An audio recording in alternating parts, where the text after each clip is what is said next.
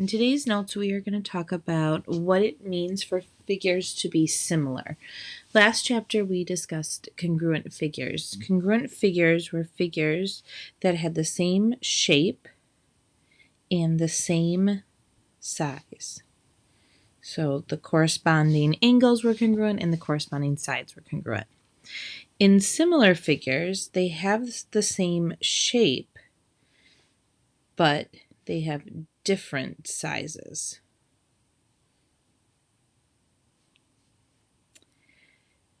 The reason that they have the same shape is because corresponding angles are still congruent.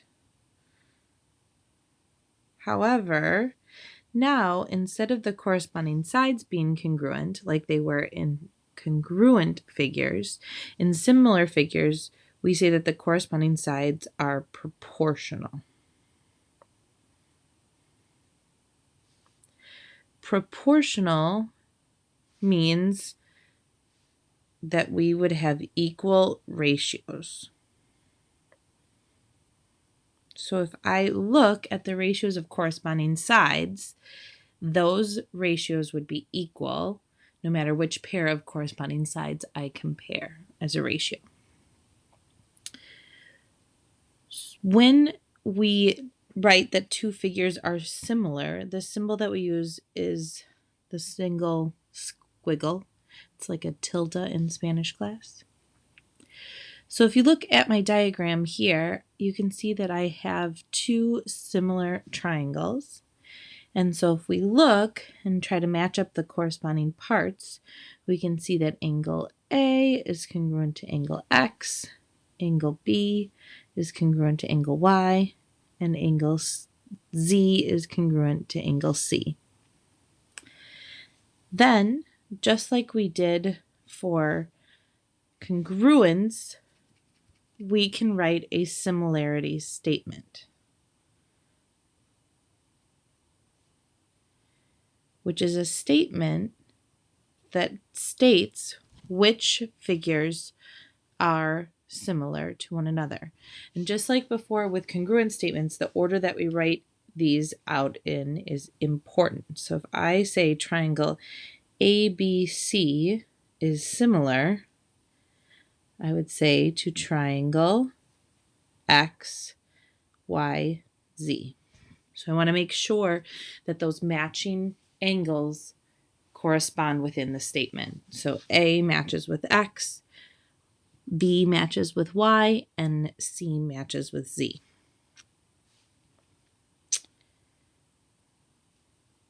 So we're going to do some examples here. So as you can see from this similarity statement right there, triangle ABC is similar to triangle DEF. So again, we want to remember in similar figures, corresponding angles are congruent. And we can go ahead and list those pairs of congruent angles. So for example, angle A is congruent to angle D. Angle B is congruent to angle E. And angle C is congruent to angle F.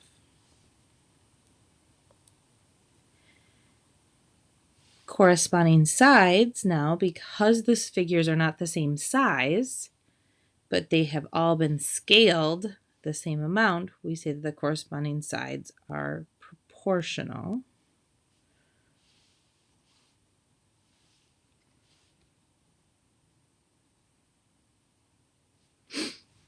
And when we have sides that are proportional, we can write something called a statement of proportionality. This is where we write the ratios of corresponding sides. The key with this is that whichever triangle you start with, you put that number or that side in the numerator in each of the following ratios. So for example, if I say AB's corresponding side is DE, so I'm going to write the ratio AB over DE. So I've now written my ratio as the small triangle on the left to the larger triangle on the right. And so the corresponding ratios need to be written in that same order. So pick another side within that small triangle on the left. maybe BC, and its corresponding side in the triangle on the right would be EF. And then finally AC, and its corresponding side DF. So essentially, this is how we can use the fact that triangles are similar to find missing side lengths. We can set up proportions relating the corresponding sides to each other and then solve for the missing side. So that's what we're going to do in example 2 here. So again, you can see we have a similarity statement that says that STU is similar to triangle PQR. And so we can see that we know 3 of the sides and we are missing 1. So 2 sides in one triangle, 1 side in the other, and we're looking for a second side. So we're going to set up a proportion to solve for that missing side. So I'm going to start with my missing side, x over, and then I can compare which side does x correspond with in the other triangle. I can see that it corresponds with 12. If I had a hard time seeing that, I could look at my similarity statement for guidance. PR matches with SU in the similarity statement. Now, because x was part of the small triangle on the right, I go back to that triangle and pick the other side, 4, and then put it over its corresponding side in the triangle on the left. So 6. And then to solve a proportion, just like we were doing the other day in class, we cross multiply. So I have 6x equals 48. Divide each side by 6, and I would be left with x equals 8.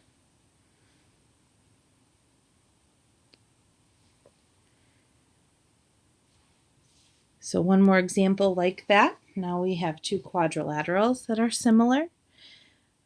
Again, I'm going to set up a proportion to solve for my missing side.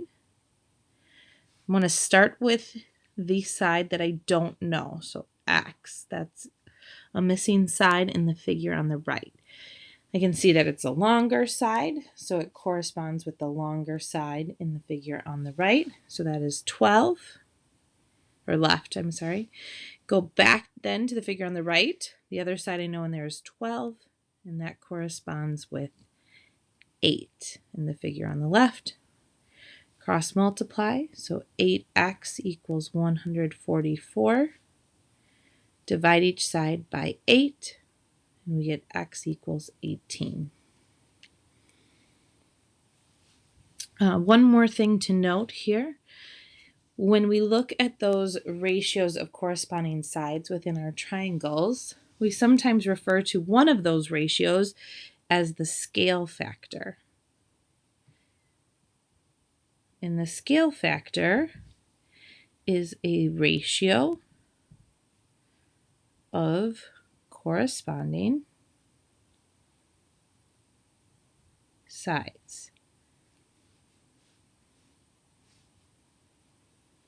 And essentially what it's saying is how was each side scaled to go from one figure to the other. So sometimes they were expanded, sometimes they were shrunk, but that scale factor tells you how each of those sides changed. And they all need to change at the same ratio to preserve that similar shape.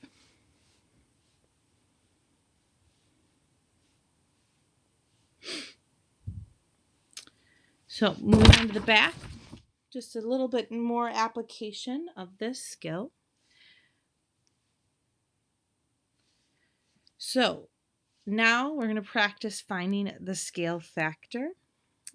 And with scale factor, you can write it in different orders depending on how you're asked to find the scale factor.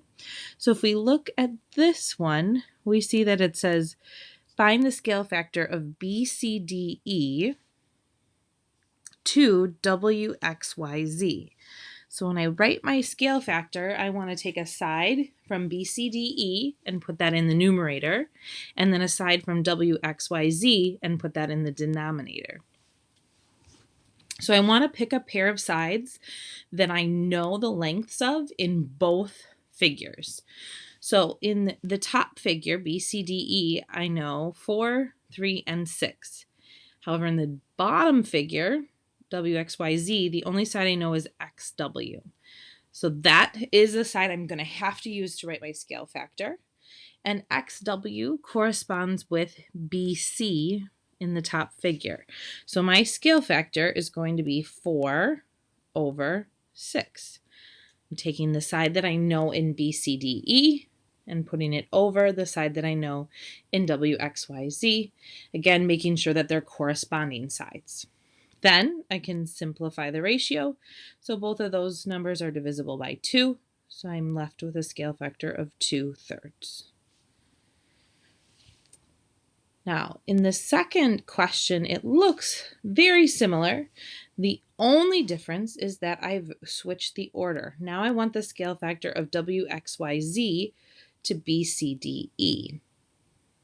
So essentially, all I'm doing is flipping the fraction. I'm taking the reciprocal. So 6 over 4, or in other words, 3/2.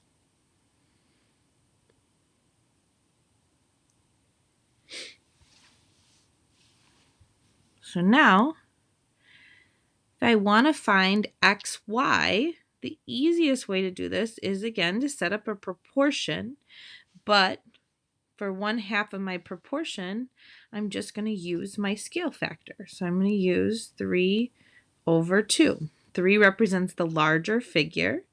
XY is a side in that figure, so my x goes in the numerator. And then in the denominator, I need the corresponding side from the smaller figure. So that is 3. So I end up with 2x equals 9 after I cross multiply. And so x equals 4.5. Question 9, it asks me to find the measure of angle C. Now, don't get trapped with thinking about proportions here. What do we remember about angles within similar figures? We remember that angles are congruent. So angle C is congruent to angle X in the other figure. So we can, again, either look using our eyes and compare the corresponding angles, or go back to your similarity statement and match up the corresponding angles there.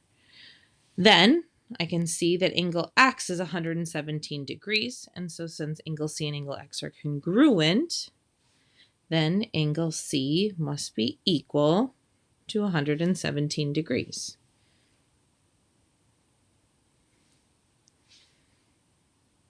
Last up, we want to find the perimeter of the large quadrilateral. I now know 3 sides in that quadrilateral because XY was 4.5 and WZ is the same length. So the only side I'm missing is YZ. So I can set up a proportion again using my scale factor, 3 over 2. 3 is coming from the large figure. That would be side YZ.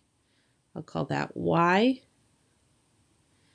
And then I want to compare it to its corresponding side in the smaller figure, which is 6. We cross multiply and we get 2y equals 18, and so y equals 9. So to find the perimeter, I just need to add up all the sides. So my perimeter is 6 plus 9 plus 4.5 plus 4.5. And so I get 24 for the perimeter of WXYZ. So the big thing to remember with similar figures is, again, that the corresponding angles are congruent. So no need to set up proportions. Just find those matching angles and set them equal. And then finding missing side lengths, that's where we're going to write proportions, comparing one side from one figure to its corresponding side in the other, and then picking another side in the same first figure, comparing it to corresponding side in the second.